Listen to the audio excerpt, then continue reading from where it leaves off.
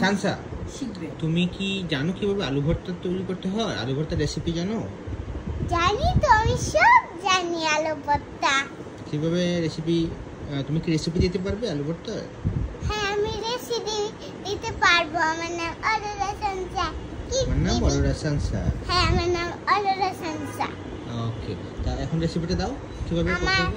আমরা দুই বোন, আমার আপুর নাম এলিথিয়া সানবি আর আমার নাম অরোরা সানসা। ঠিক আছে, ভেরি গুড ভেরি গুড। তুমি তাহলে এখন রেসিপিটা শুরু করে দাও। ওকে, আগে আমরা আলু ভর্তাটা এরকম এরকম করব। তারপরে আমরা করব হচ্ছে অনেকগুলা মরিচ। তারপরে আমরা দিব অনেকগুলা পেঁয়াজ, এরকম এরকম করব আবার। তারপরে হচ্ছে একটু লবণ দিবার মশলা, এরকম এরকম দিয়ে আর একটু তেল, এটা বাটিতে রেখে দিব।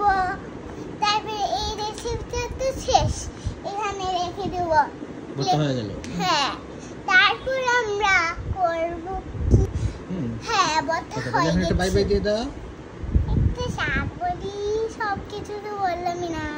না, সব এখন একটাই বলে, আজকে সব একসাথে বললে তো অন্যদিন সবাই শিখে ফেলবে।